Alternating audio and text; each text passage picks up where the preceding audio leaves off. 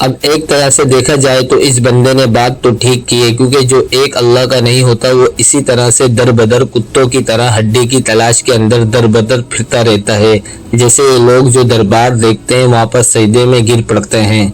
میں کبھی کبھی سوچتا ہوں کہ اللہ پاک کتنا صبر کرنے والا ہے کہ ان لوگوں کو قیامت تک کے لیے چھوٹ دے دی ہے، کیونکہ سچ یہ ہے کہ ہم میں سے زیادہ تر لوگوں کا ان کی حرکتیں دیکھ کر خون کھولتا ہے، لیکن اللہ پاک ان پر کوئی عذاب نازل نہیں کرتا۔ حالانکہ اللہ وہی ہے جو کہ قرآن کے اندر فرماتا ہے، جس کا مفہوم ہے کہ جب کرسچن نے حضرت عیسیٰ علیہ السلام کو اللہ کا بیٹا کہہ کر شرک کرنا شروع کیا تو اللہ نے فرمایا یہ رحمان کے لیے بیٹا تجویز کرتے ہیں، کیونکہ اللہ پر ایسا الزام لگاتے ہیں کہ اس جھوٹ سے آسمان پھٹ پڑے اور پہاڑ ریزہ ریزہ ہو جائیں۔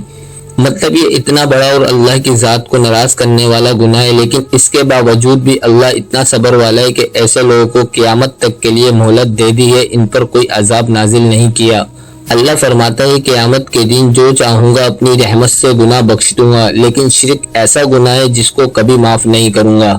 اب ذرا یہ دیکھیں، جو لوگ پوری دنیا کے اندر دین اسلام کی تبلیغ کی بات کرتے ہیں، ان کے پیر و مرشد داتا صاحب کی گھوڑی وہی اندھیری رات کی جگہ پر ہاتھ رکھ دیں اور پڑھیں دادا صاحب کی گھوڑی۔ دیکھو بزرگ ہوں گے تو ان کی طرف یہ منسوب ہوگا، دادا صاحب کی گھوڑی وہی اندھیری رات، فلاں کا درد، فلاں کی جگہ نام لیں، فلاں کا درد فلاں جگہ کا، مثلا زید کا درد سر کا جائے، الو کی آنکھ کو نیند نہ آنے پر پہن لینا، کسی کو نیند نہ آتی ہو اس کو ذبح کر کے اس کی وہ آنکھ جو بند ہوتی ہے نا یہ پہن لے، کسی کپڑے وغیرہ میں لپیٹ کے پہن لے گا نا تو اب اس کو نیند آ جائے گی۔ کیلے رکھنے کا بندی طریقہ اور اس کے علاوہ کھیرا چھیلنے کا بندی طریقہ اور اس کے علاوہ شرک کی دعوت دینے والی بے تکی جہالت کی تو میں بات ہی نہیں کر رہا۔ دراصل وہ کیلے ہیں نا، دیکھو بیٹے یوں رکھیں گے نا تو یہ وزن سے یا یہ دب کر تو پچک جائیں گے، اگر غور کریں تو یوں رکھتے ہیں تو اچھا، پھر میں نے ان کے منہ قبلے کی طرف کر دیا۔ ولیوں سے بھی اگر کوئی ڈائریکٹ مانگتا ہے تو اس میں کوئی حرج نہیں ہے۔ مجھے بس اس بات کا جواب دے دیں کہ یہ کیا ہے، کیا یہ دعا اللہ تعالیٰ سے مانگی جا رہی ہے یا پھر قبر والے کا نام لے کر اس سے دعا مانگی جا رہی ہے؟ اور ہندوؤں کی طرح پتھر اٹھا کر منتیں مرادیں مانگنا کیا یہ رسول اللہ کے دین کی تعلیم ہے یا پھر بت پرستوں کا دین ہے؟ پوری ہونی ہے تو یہ پتھر آسانی سے اٹھ جاتا ہے، اور اگر نہیں ہونی تو یہ پتھر نہیں اٹھتا۔ مجھے بتا رہے تھے اسلامی بھائی کہ 10-12 سال کا بچہ اپنے والد صاحب کے ساتھ یہاں آیا، بچے سے یہ پتھر آسانی سے اٹھ گیا،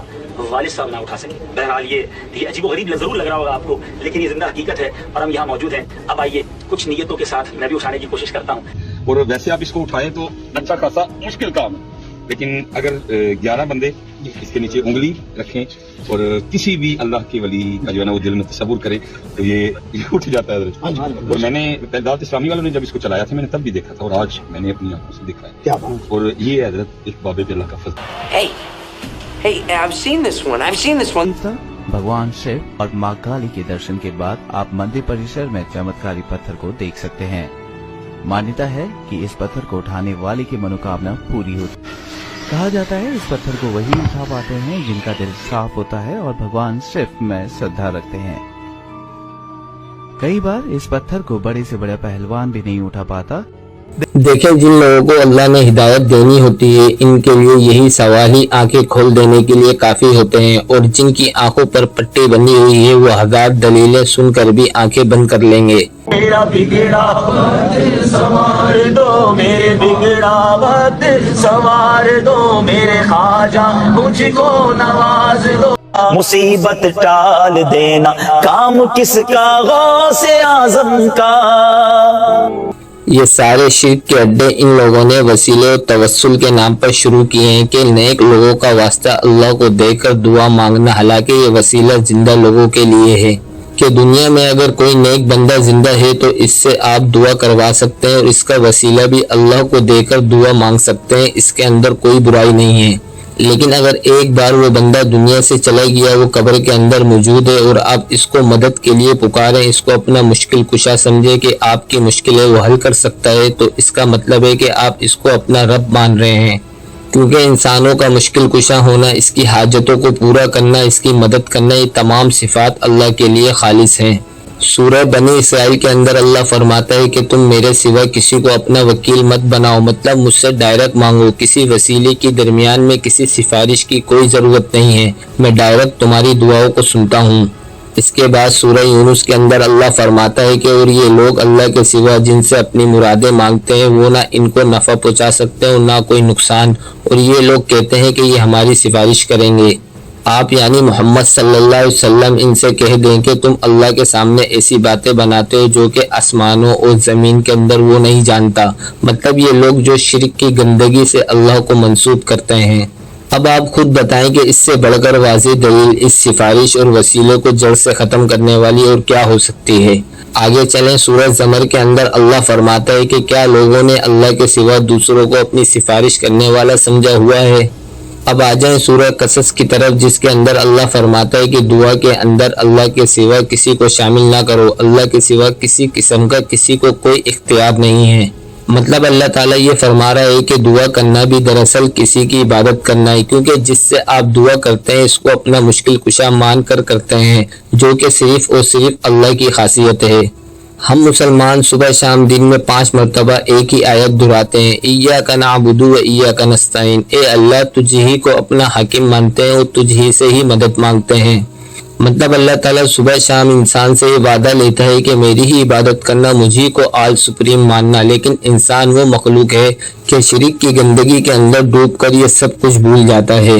اور اسی لیے تو اللہ تعالیٰ اپنے بندوں سے شکایت کرتے ہوئے کہتا ہے کہ بندوں نے اللہ کی عظمت اس طرح سے پہچانی ہی نہیں ہے جیسے کہ اس کو پہچاننے کا حق تھا۔ دیکھیں، دین اسلام کی بنیاد یہ ہے لا الہ الا اللہ، جس کا مطلب صاف اور سیدھا ہے کہ کائنات کی ہر طاقت، ہر اختیار اور ہر قسم کی عبادت، چاہے وہ سجدہ ہو، دعا ہو یا استغاثہ، صرف اور صرف اللہ وحدہ لا شریک کے لیے ہے۔ قرآن کریم کی واضح آیت، احادیث مبارکہ اور عقل و سلیم اس بات پر گواہ ہیں کہ اللہ اور بندے کے درمیان کوئی ایسا پردہ یا دوری نہیں ہے جس کے لیے کسی واسطے یا فوج شدہ ہستی کی دہلیز پر انسانوں کو جھکنے کی کوئی بھی ضرورت ہو۔ آپ خود سوچیں کہ جو ذات انسان کی شرک سے بھی زیادہ قریب ہے، اس کو پکارنے کے لیے مٹی کے نیچے دفن بزرگوں کو پکارنا نہ صرف عقل کا دوالیہ پن ہے بلکہ صریحاً شرک بھی ہے، اور اس شرک کو وسیلے یا پھر محبت کا خوبصورت غلاف پہنا دینے سے اس کی حقیقت بدل نہیں جاتی۔